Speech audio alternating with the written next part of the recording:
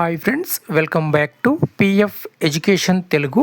ఈ వీడియోలో ఈపీఎఫ్ అకౌంట్కి అలానే శాలరీ అకౌంటు రెండు కూడా ఒకే అకౌంట్ ఉండాలా లేదా వేరు బ్యాంక్ అకౌంట్ ఉన్నా కూడా ఏదైనా ప్రాబ్లం అవుతుందా అని అడుగుతున్నారు.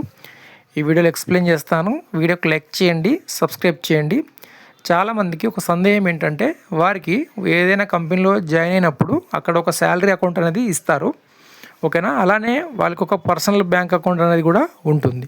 సో ఈపీఎఫ్కి వచ్చేసరికి చాలామందికి ఏంటంటే నేను ఇప్పుడు శాలరీ అకౌంట్ ఇస్తేనే నాకు పిఎఫ్ అమౌంట్ విత్డ్రా చేసుకోగలనా లేదా నా పర్సనల్ బ్యాంక్ అకౌంట్ ఇచ్చినా కూడా పిఎఫ్ అమౌంట్ విత్డ్రా చేసుకోవచ్చా అని సందేహం అయితే ఉంటుంది.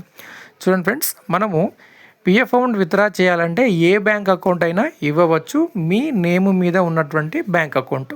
అది శాలరీ అకౌంట్ అయినా పర్వాలేదు లేదా మీ పర్సనల్ బ్యాంక్ అకౌంట్ అయినా పర్వాలేదు, ఏ బ్యాంక్ అయినా పర్లేదు. అది మీ ఆధార్తో లింక్ అయి ఉంటే అప్పుడు బ్యాంక్లో మీ ఆధార్ లింక్ ఉంటుంది, ఈపీఎఫ్కు మీ ఆధార్ లింక్ ఉంటుంది కాబట్టి ఏ అకౌంట్లో అయినా మీరు విత్డ్రా చేసుకోవచ్చు.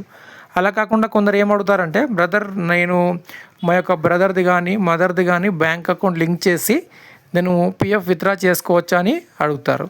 గతంలో ఏంటంటే 2017 బిఫోర్ కొన్ని ఈపీఎఫ్ఓలో ఈ విధంగా జరిగినాయి. వేరు బ్యాంక్ అకౌంట్స్ ఇచ్చేసి వేరు ఆధార్ లింక్ చేసి పిఎఫ్ అమౌంట్ విత్డ్రా చేసుకున్నారు కాబట్టి సో 2017 తర్వాత తప్పనిసరిగా బ్యాంక్ అకౌంట్ అనేది మీ నేమ్ మీదే ఉండాలి. ఎవరైతే ఉద్యోగం చేస్తున్నారో ఆ మెంబర్ మీ నేమ్ మీదే ఉంటేనే మీరు డబ్బులు విత్డ్రా చేసుకునే అవకాశం అయితే ఉంటుంది. ఇతరుల నేమ్ మీద మీ మదరే కావచ్చు, బ్రదరే కావచ్చు, ఇంకా ఎవరైనా సరే వారి బ్యాంక్ అకౌంట్ ఇక్కడ చెల్లదన్నమాట. ఎందుకంటే గతంలో వేరే వాళ్ళు పిఎఫ్ డబ్బులు తీసుకున్నారు కాబట్టి ఈపీఎఫ్ఓ ఆ విధంగా అలో చేయట్లేదు.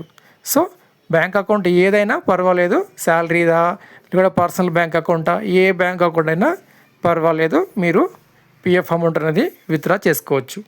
ఇదండి అప్డేటు. వీడియోకి లైక్ చేయండి, సబ్స్క్రైబ్ చేయండి.